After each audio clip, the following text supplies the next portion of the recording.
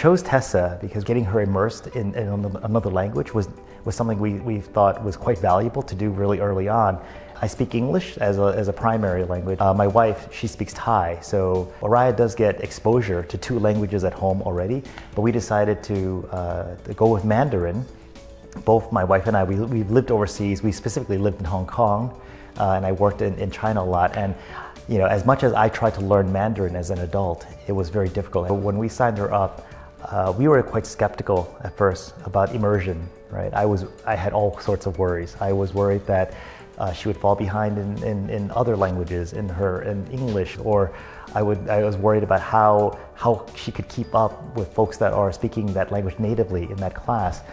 But after the first 5 months, she came home one day and she started singing in Mandarin out of the blue. There was one night, I remember, it was very funny. She woke up in the middle of the night and asked for water, but she asked for it in Mandarin. So it was very cute. It was very cute, and for a second there, both my wife and I, we were so shocked we didn't get water for her because we were like, what just happened?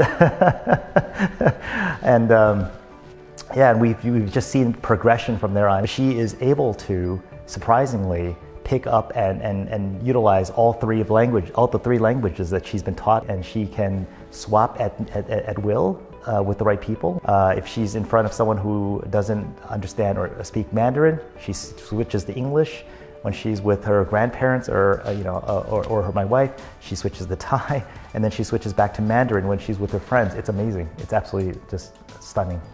There's a community of international parents that we got introduced to, and we go out on weekends and we hang out with some of the other parents, and yeah, it's amazing, some of their lives and where they've been, and not just from a language perspective, but not just the languages that they speak, but the experiences they bring to the table.